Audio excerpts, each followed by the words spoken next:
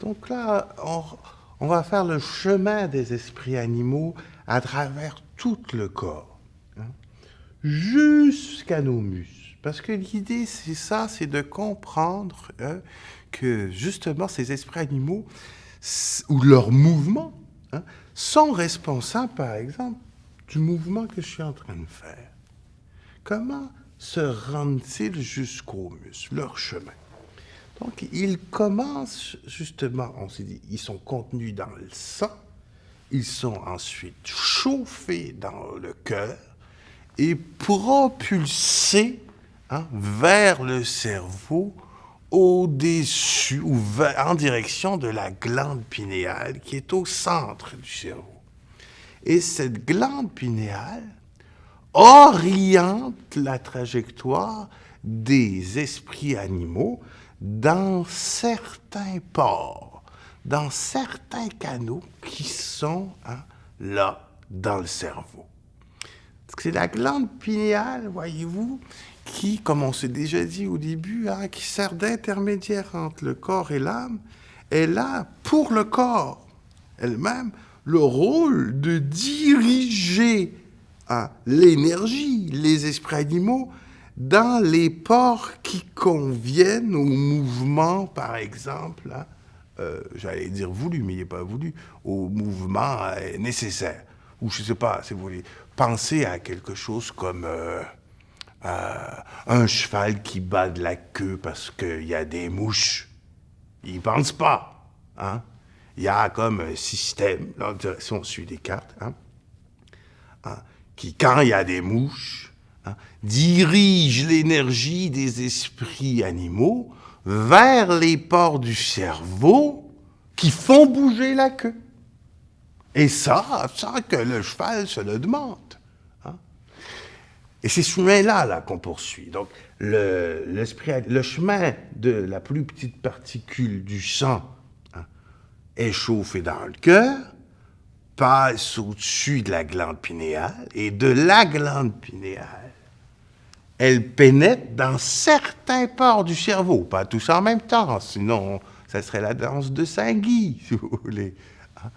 Mais elle passe dans les pores qui, eux, laissent pénétrer, donc, ou laissent entrer les esprits animaux dans le cerveau. À partir de là, ils font un trajet prédéterminé qui les conduisent du cerveau vers les nerfs moteurs jusqu'aux muscles. Donc, pour Descartes, vous voyez, le cerveau, c'est un système de canal qui est relié à des nerfs. Et ces nerfs, en tout cas les nerfs moteurs, celles qui servent à bouger les membres, sont directement reliés au cerveau et conduisent l'esprit animal jusque dans le muscle. Et vous allez le lire, là, moi je vous fais un portrait général des concepts principaux.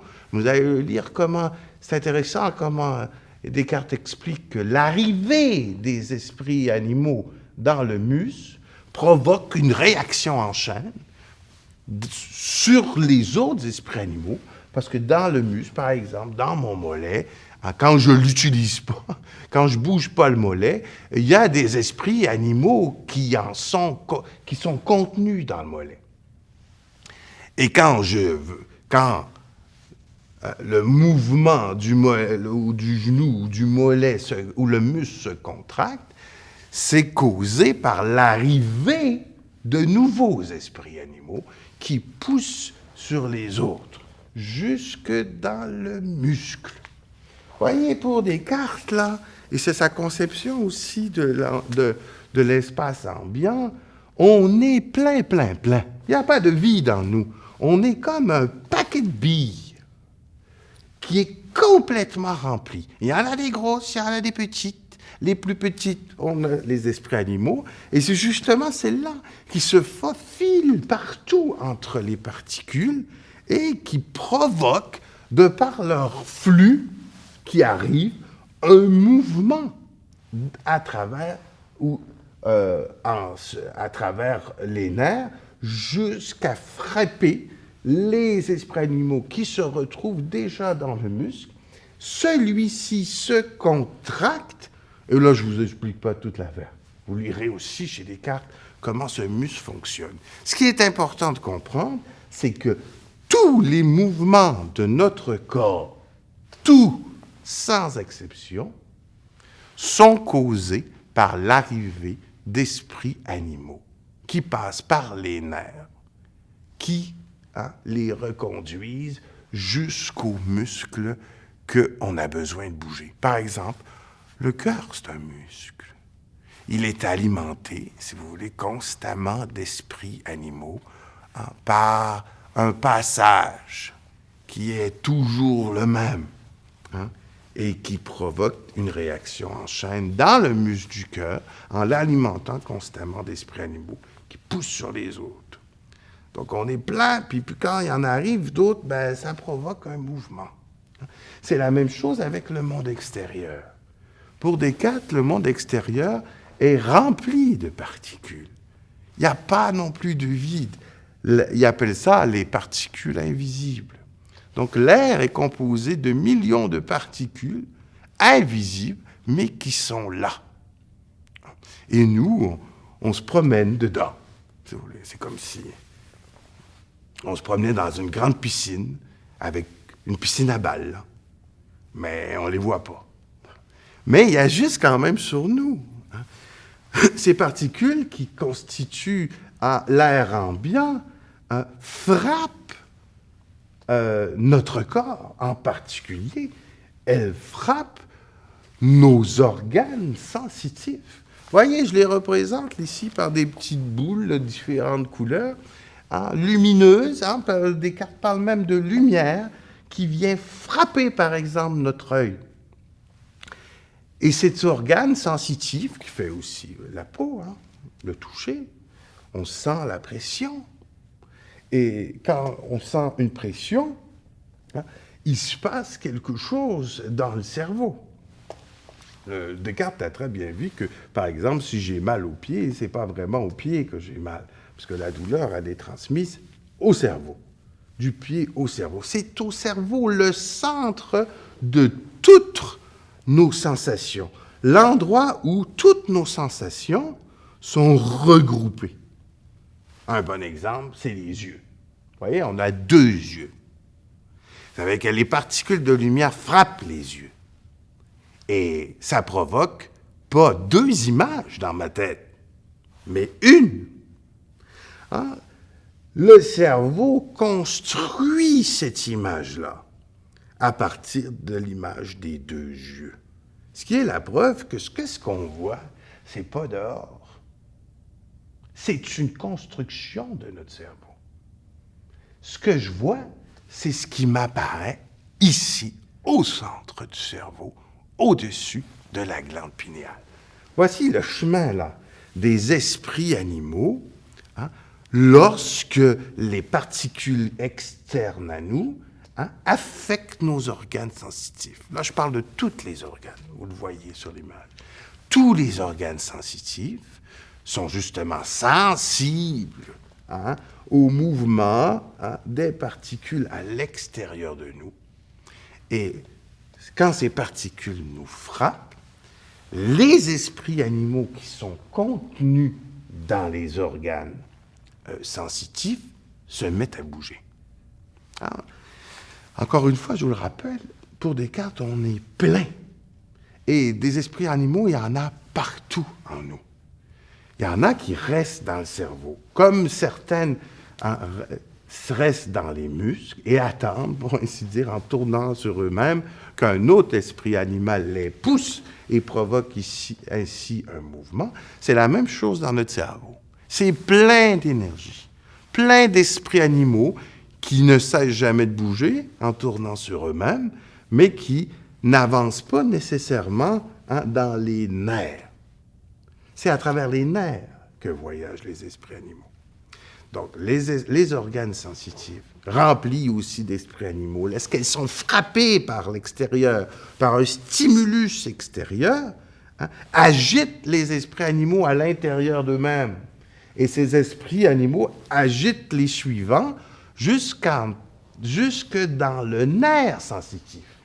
de l'organe au nerf sensitif, les esprits animaux sont reconduits dans le cerveau, juste au-dessus de la glande pinéale, où ils se présentent comme une sensation.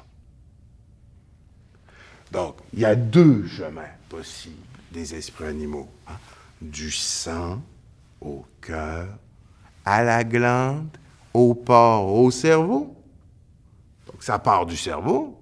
Le cerveau est donc alimenté dans cette direction constamment d'esprits animaux qui prennent différentes directions. Certaines prennent la direction des nerfs moteurs et descendent jusqu'aux muscles pour faire bouger nos membres. Le cerveau étant toujours lui-même plein d'esprits animaux, les organes sensitifs, quant à eux, sont frappés par l'extérieur, agitent les esprits animaux dans les nerfs sensitifs, les reconduisent au centre du cerveau, où là est constitué quelque chose comme une image ou une sensation. C'est toujours une sensation, hein? Une odeur, une vision, une pression. Et c'est là qu'elle est construite, juste au-dessus de la glande pinéale. Les mouvements des esprits animaux, hein, est ici, tout le mouvement des esprits animaux est ici causé par le corps. Hein, c'est le corps, par son système nerveux, hein, qui arrive à faire bouger, encore une fois, ces esprits animaux. Il y a différentes causes. C'est le corps qui cause ce mouvement, mais on peut distinguer deux causes dans le corps. Les mouvements des esprits animaux est soit causé, comme le dit Descartes, par la diversité des pores et des nerfs qui composent le cerveau et qui représentent tous les mouvements possibles que notre corps peut faire, tant les réflexes que les autres. Hein, si vous voulez. C'est le système ou la matrice cervicale qui est la cause de la multiplicité des mouvements possibles que peuvent causer les esprits animaux. Parce qu'ils peuvent prendre différentes avenues. Ça, c'est un mouvement qui est causé simplement par le corps, par la constitution même du cerveau, comme un animal. Ou le mouvement des esprits animaux peut être causé dans le corps par les organes sensitifs qui, elles, produisent des représentations dans notre cerveau. Vous voyez, ça, si on pense juste, par exemple, à une gazelle qui se promène dans les champs, hein, quand elle entend un grognement, cette représentation, hein, la fait bouger d'une certaine manière. Ou si on pourrait dire plus facilement, lorsque la gazelle voit le lion, elle fuit. Voyez-vous, c'est ça, comme c'est bien pensé, si vous voulez, le cerveau, même chez l'animal. Hein? Il y a, où le fonctionnement nerveux, les organes des sens agitent des esprits animaux pour construire une représentation au centre du cerveau qui elle-même provoque un certain mouvement du corps. Ce sont des actions-réactions, si vous voulez. Et les sens sont notre compagnon là-dedans.